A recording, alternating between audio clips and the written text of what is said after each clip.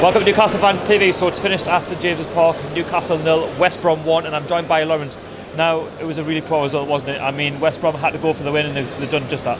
I'm just really frustrated, West Brom, another club who've just changed the manager right before the players, so they get that honeymoon period.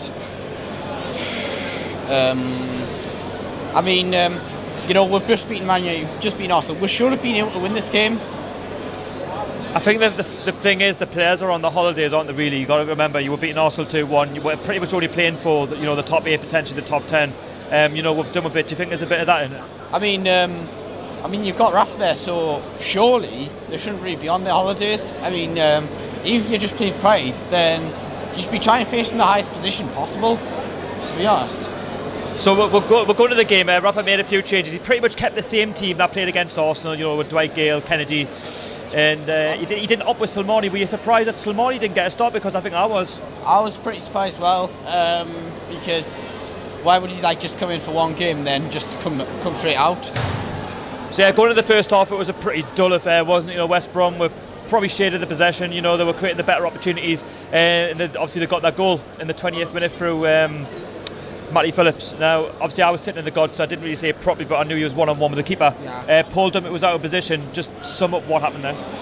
I can't really remember. Obviously I don't really haven't seen a replay, but I think maybe we were just trying to play the offside trap. In West Brom, weren't they? And they just beat it. And then we had that golden opportunity to equalise as well through Kennedy, where I was sitting, and when he done the hard work and when he broke one-on-one with Foster, he's got to put that in. Exactly. I don't know how he didn't score from that distance. Looking at other couple of times when close. This is just part of the frustration, but the corner after Dion had a decent shot. How did Ben Foster save that? It just summed up that first half. Second half, we had to go out and go at West Brom, because West Brom's game plan would have been sit back, hit one the counter attack. Paul Dummett, was substituted early in the second half. That pretty much summed up his performance and summed up the team's performance. We didn't really kick on and try and go for the equaliser. West Brom, we're hitting out the counter attack each time, weren't they? Well, I understand West Brom part of the bus, but it was just really frustrating. They were like playing a game of FIFA when you've got quite a bit of possession, but the opposition just defending brilliantly. But I was a bit surprised when we came off that early, because we know Rafa doesn't usually make subs until 60th minute. Do you think he made the right substitutions? Because you looked at Slimani. Did he bring one too late? Do you think Dwight Gale should have gone off a lot earlier? Do you think he should have done the opposite? I would have brought on Gale at half time, to be honest. I think with the sub for Dummett, I could understand we're bringing on obviously Murphy, so we're going more attacking and putting Kennedy at left wing back, but didn't work. But at least we tried something. But at the same time, we should have probably done it earlier. I think the minute we made those substitutions, it didn't really help. I think the game was just panned out to a 1-0 lead to West Brom. It was pretty much a training game, wasn't it? Well, Slimani, Costello should have done pretty much better than even though West Brom defend well. With Gale, alright, he is a little pacey striker, but with Slimani and Costello, they've got some strength.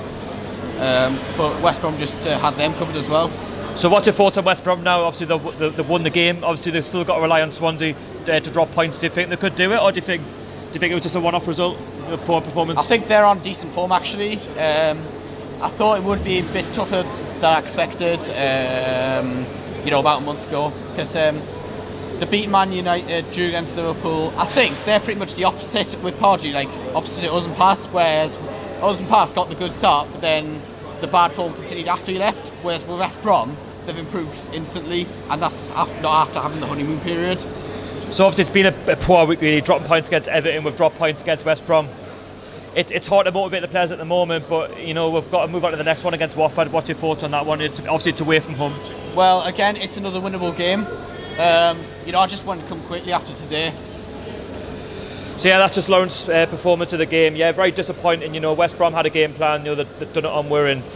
Yeah, we're gonna have to move on to the Watford game now. Leave your comments down below. And should Rafa Benitez, should he have kept the same team that played against Everton? Would you have changed anything? Yeah, don't forget to subscribe. See you later.